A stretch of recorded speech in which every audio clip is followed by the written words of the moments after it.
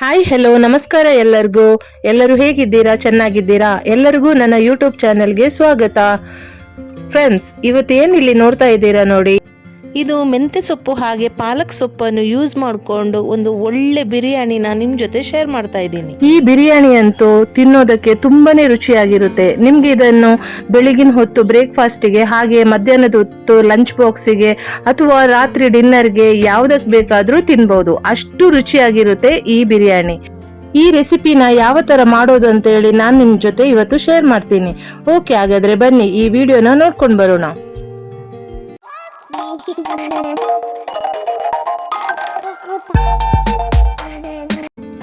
ಮೊದಲನೇದಾಗಿ ಈ ರೆಸಿಪಿ ಮಾಡೋದಕ್ಕೆ ನಾನು ಫಸ್ಟಿಗೆ ಗ್ಯಾಸ್ ಸ್ಟವ್ ನ ಆನ್ ಮಾಡ್ಕೊಳ್ತಾ ಇದ್ದೀನಿ. ಅದಕ್ಕೆ ಇವಾಗ ಒಂದು ಕುಕ್ಕರ್ ಅನ್ನು ಇಟ್ಟಿದ್ದೀನಿ. ಈ ಕುಕ್ಕರಿಗೆ ಒಂದು 3 ಟೇಬಲ್ ಸ್ಪೂನ್ ಆಗುವಷ್ಟು ನಾನು ಕೊಬ್ಬರಿ ಎಣ್ಣೆನ ಹಾಕೊಳ್ತಾ ಇದ್ದೀನಿ.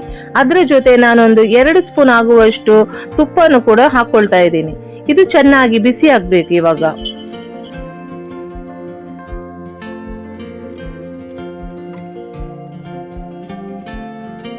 ಈ ಎಣ್ಣೆ ಬಿಸಿ ಆದ್ಮೇಲೆ ಇದಕ್ಕೆ ನಾನು ಸ್ವಲ್ಪ ಮಸಾಲೆ ಪದಾರ್ಥಗಳನ್ನು ಹಾಕೊಳ್ತೀನಿ. ಇಲ್ಲಿ ಈಗ ನಾನು ಸ್ವಲ್ಪ ಸೋಂಪು ಹಾಗೆ ಒಂದು 4 ಪಲಾವ್ ಎಲೆ ಹಾಗೆ ಅದರ ಜೊತೆ ಒಂದು 2 ಮರಾಠಿ ಮೊಗ್ಗು 2 ಏಲಕ್ಕಿ ಕೂಡ ಹಾಕೊಳ್ತಾ ಇದ್ದೀನಿ. ಇದನ್ನು ಒಂದು 2 ನಿಮಿಷ ಫ್ರೈ ಮಾಡ್ಕೊಳ್ತಾ ಇದ್ದೀನಿ.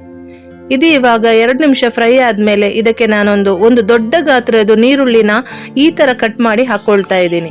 ಇದನ್ನು ಸ್ವಲ್ಪ ಈ ನೀರುಳ್ಳಿ ಟ್ರಾನ್ಸ್ಪರೆಂಟ್ ಬರುವವರೆಗೂ ಇದನ್ನು ಫ್ರೈ ಮಾಡಬೇಕು. ಹಾಗೆ ಅದರ ಜೊತೆ ಸ್ವಲ್ಪ ಕರಿಬೇವು ಸೊಪ್ಪು ಕೂಡ ಹಾಕೊಳ್ತಾ ಇದ್ದೀನಿ.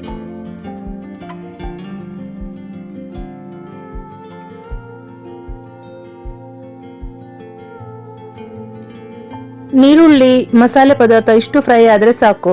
ಆಮೇಲೆ ಇದಕ್ಕೆ ನಾನು ಒಂದು ದೊಡ್ಡ ಗಾತ್ರದ ಆಪಲ್ ಟೊಮೆಟೊನ ಈ ತರ ಸ್ಲೈಸ್ ಮಾಡಿ ಹಾಕೊಳ್ತಾ ಇದ್ದೀನಿ. ಇದನ್ನೊಂದು 3 ನಿಮಿಷ ಈ ತರನೇ ಫ್ರೈ ಮಾಡ್ಕೊಂಡ್ರೆ ಸಾಕು.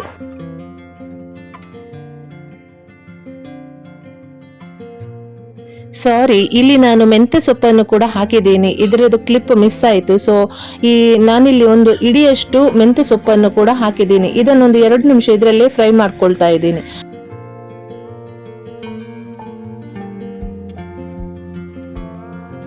ಮೆಂತ್ಯ ಸೊಪ್ಪು ಫ್ರೈ ಆದ್ಮೇಲೆ ಇದಕ್ಕೆ ನಾನೊಂದು 2 ಇಡಿಯಷ್ಟು ಪಾಲಕ್ ಸೊಪ್ಪನ್ನು ಕೂಡ ಹಾಕೊಳ್ತಾ ಇದ್ದೀನಿ. ಈ ಪಾಲಕ್ ಸೊಪ್ಪಿದು ಹಸಿ ವಾಸನೆ ಹೋಗೋವರೆಗೂ ಇದರಲ್ಲಿ ಫ್ರೈ ಮಾಡ್ಕೋಬೇಕು.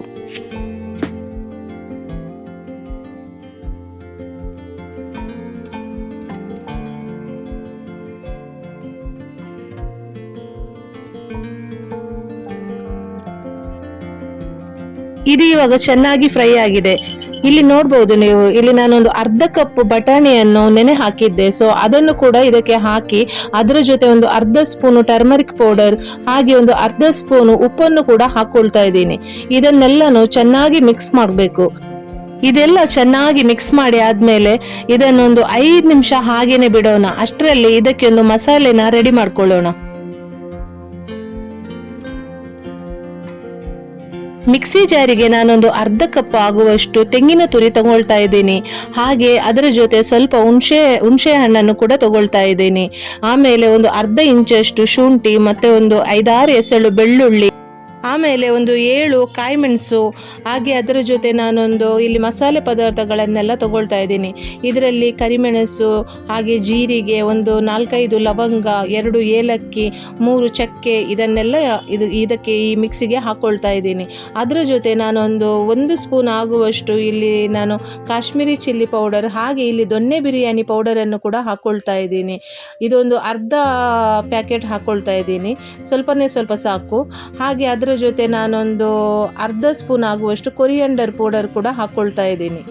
ಇದನ್ನೆಲ್ಲ ನೈಸ್ ಆಗಿ ಪೇಸ್ಟ್ ಮಾಡಿ ತರಬೇಕು.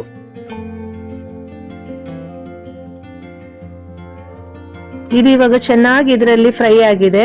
ಈಗ ನಾನು ಇಲ್ಲಿ ಗ್ರೈಂಡ್ ಮಾಡಿರುವಂತಹ ಮಸಾಲೆನ ಇದಕ್ಕೇನೆ ಹಾಕೊಳ್ತಾ ಇದ್ದೀನಿ. ಈ ಮಸಾಲೆನ ಒಂದು 2 ನಿಮಿಷ ಇದರಲ್ಲೇ ಚೆನ್ನಾಗಿ ಫ್ರೈ ಮಾಡ್ಕೋಬೇಕು.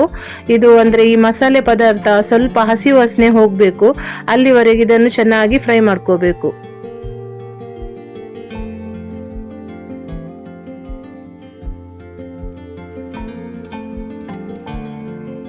ಈಗ ಇಲ್ಲಿ ನಾನು ರೈಸನ್ನು ಸೇರಿಸ್ಕೊಳ್ತಾ ಇದ್ದೀನಿ. ಈ ರೈಸನ್ನು ನಾನು ಮೊದಲೇ ಕ್ಲೀನ್ ಮಾಡಿ ಇಟ್ಕೊಂಡಿದ್ದೆ. ಇಲ್ಲಿ ನಾನು ಬುಲೆಟ್ ರೈಸನ್ನು ಯೂಸ್ ಮಾಡ್ತಾ ಇದ್ದೀನಿ. 2 ಲೋಟ ತಗೊಂಡಿದ್ದೆ. ಬುಲೆಟ್ ರೈಸಿಗೆ ನಾನಿಲ್ಲಿ 2 ಲೋಟ ತಗೊಂಡಿದ್ದೀನಿ ಅಂತ ಹೇಳಿದಲ್ಲ ರೈಸು, ಅದಕ್ಕೆ ನಾನಿಲ್ಲಿ ಒಂದು 4.25 ಲೋಟ ನೀರನ್ನು ಹಾಕೊಳ್ತಾ ಇದ್ದೀನಿ. ಈ ರೈಸ್ ಇದರಲ್ಲೇ ಒಂದು ಸ್ವಲ್ಪ ಹೊತ್ತು ಇದರಲ್ಲೇ ಫ್ರೈ ಮಾಡ್ಕೋಬೇಕು, ಒಂದು ನಿಮಿಷ ಸಾಕು. ಆಮೇಲೆ ಇದಕ್ಕೆ ನಾನು ಮಿಕ್ಸಿ ತೊಳೆದ ನೀರನ್ನು ಹಾಕೊಳ್ತಾ ಇದ್ದೀನಿ. ಹಾಗೆ ರುಚಿಗೆ ಎಷ್ಟು ಉಪ್ಪು ಬೇಕು ಆ ಉಪ್ಪನ್ನು ಕೂಡ ಈವಾಗಲೇ ನಾನು ಸೇರಿಸ್ಕೊಳ್ತಾ ಇದ್ದೀನಿ.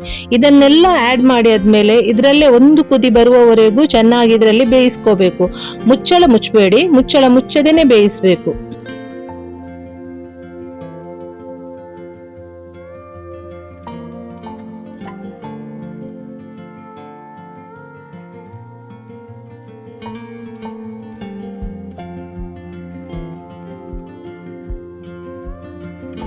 ಇದು ಚೆನ್ನಾಗಿ ಇವಾಗ ಕುದಿ ಬರ್ತಾ ಇದೆ.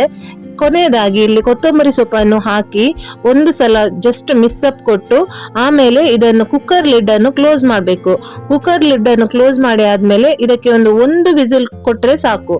ಆಮೇಲೆ ತಣ್ಣಗೆ ಆದ್ಮೇಲೆ ಇದನ್ನು ತೆಗಿಬೇಕು.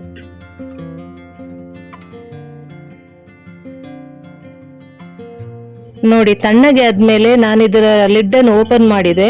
ಇವಾಗ ನೋಡ್ಬೋದು ನೀವು ಎಷ್ಟು ಚೆನ್ನಾಗಿ ರೈಸ್ ಎಲ್ಲ ಬೆಂದಿದೆ. ಹಾಗೆ ಬಿರಿಯಾನಿ ಕೂಡ ಘಮ ಘಮ ಅಂತ ಹೇಳಿ ಸ್ಮೆಲ್ ಬರ್ತಾ ಇದೆ. ತುಂಬಾ ಚೆನ್ನಾಗಿ ಬಂದಿದೆ, ಉದುರುದುರಾಗಿ ತುಂಬಾನೇ ಚೆನ್ನಾಗಿ ಬಂದಿದೆ. ನೀವು ಕೂಡ ಒಂದ್ಸಲ ಮನೆಯಲ್ಲಿ ಟ್ರೈ ಮಾಡಿ ಆಯ್ತಾ. ಹಾಗೆ ರುಚಿ ಹೇಗಿತ್ತು ಅಂತೇಳಿ ನಂಗೆ ಕಮೆಂಟ್ ಮಾಡಿ ಹೇಳಿ.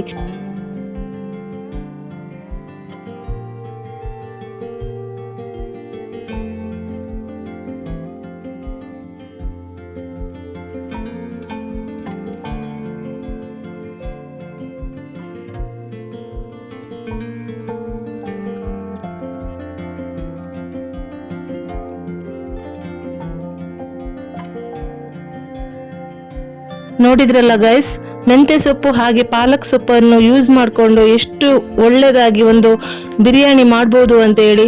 ತುಂಬಾನೇ ಸೂಪರ್ ಆಗಿರುತ್ತೆ. ಒಂದ್ಸಲ ನೀವು ಮನೆಯಲ್ಲಿ ಇದನ್ನು ಟ್ರೈ ಮಾಡಲೇಬೇಕು. ಇವತ್ತಿನ ರೆಸಿಪಿ ನಿಮ್ಗೆಲ್ಲರಿಗೂ ಇಷ್ಟ ಆಯ್ತು ಅಂತೇಳಿ ಅನ್ಕೊಳ್ತೀನಿ. ಇಷ್ಟ ಆಗಿದ್ರೆ ನನ್ನ ವಿಡಿಯೋಗೆ ಒಂದು ಲೈಕ್ ಕೊಡಿ. ಹಾಗೆ ನನ್ನ ಚಾನೆಲ್ ಅನ್ನು ಇನ್ನು ಯಾರು ಸಬ್ಸ್ಕ್ರೈಬ್ ಮಾಡಿಲ್ಲ ನೋಡಿ, ಪ್ಲೀಸ್ ಎಲ್ಲರೂ ಸಬ್ಸ್ಕ್ರೈಬ್ ಮಾಡಿ ಆಯ್ತಾ. ಹಾಗೆ ನನ್ನ ವಿಡಿಯೋನ ಆದಷ್ಟು ಎಲ್ರಿಗೂ ಶೇರ್ ಮಾಡಿ. ನೆಕ್ಸ್ಟ್ ನಾನು ಇನ್ನೊಂದು ವಿಡಿಯೋ ಜೊತೆ ನಿಮ್ಗೆ ಸಿಗ್ತೀನಿ. ಅಂಟಿಲ್ ದೆನ್ ಬಾಯ್ ಬಾಯ್, ಟೇಕ್ ಕೇರ್.